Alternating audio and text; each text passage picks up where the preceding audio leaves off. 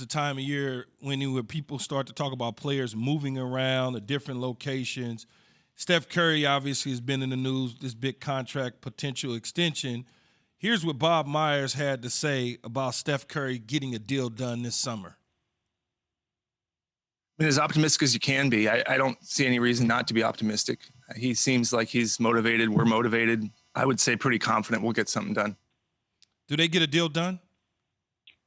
If they offer him the max key, which is a $215 million extension for 4 years, I don't see why he wouldn't commit. He's beloved there. He's had great success there, and I'm sure he believes in the franchise. The franchise is extremely well capitalized. They just sold off 5% of the team for $300 million.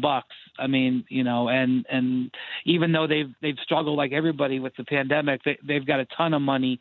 The question is, are they going to offer him that max contract? In the past, the Warriors have been shrewd negotiators. They got Kevin Durant to take a couple of years of less than max contracts. They got Andre Iguodala to maneuver his contract around. So do they come to him and try to appeal to him and say, hey, can you take a little less than the max so we can build this team over the next 4 years?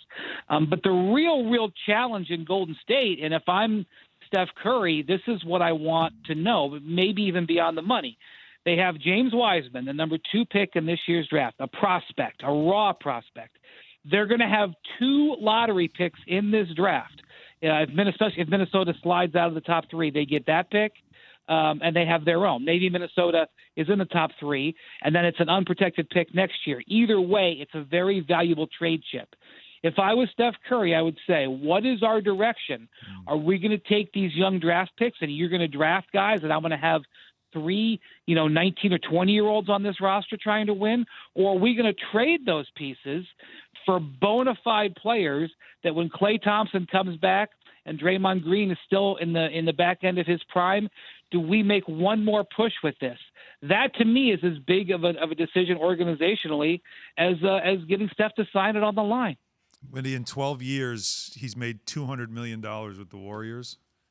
Would his max be a $200 million max?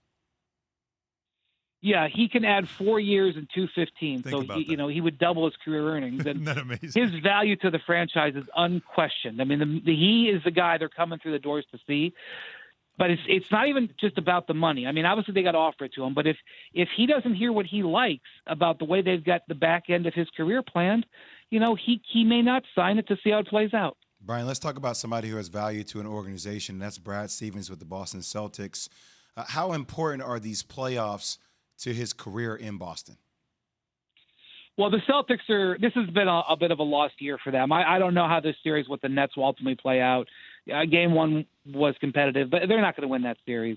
The Celtics have some major decisions to make, and I've said this before. I think that across the board, the Celtics have not had a good 12 or so months. I think some of their ownership decisions have been hurtful. I think some of their front office decisions have been hurtful. I think some of the Brad Stevens coaching has not been his best, which he has admitted.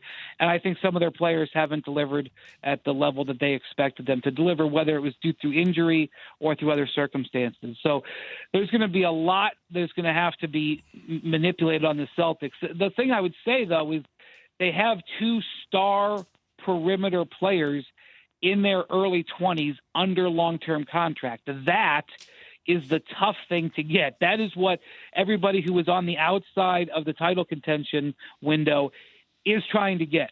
So in a lot of ways, the hard part is done for them. I don't know if there's anything Brad can do in the short term here, but obviously their game plan and their roster moves coming into next year have got to be a step above where they were this year. Yeah, there's no doubt it's not acceptable. The standard's much different there in Boston. And Brian,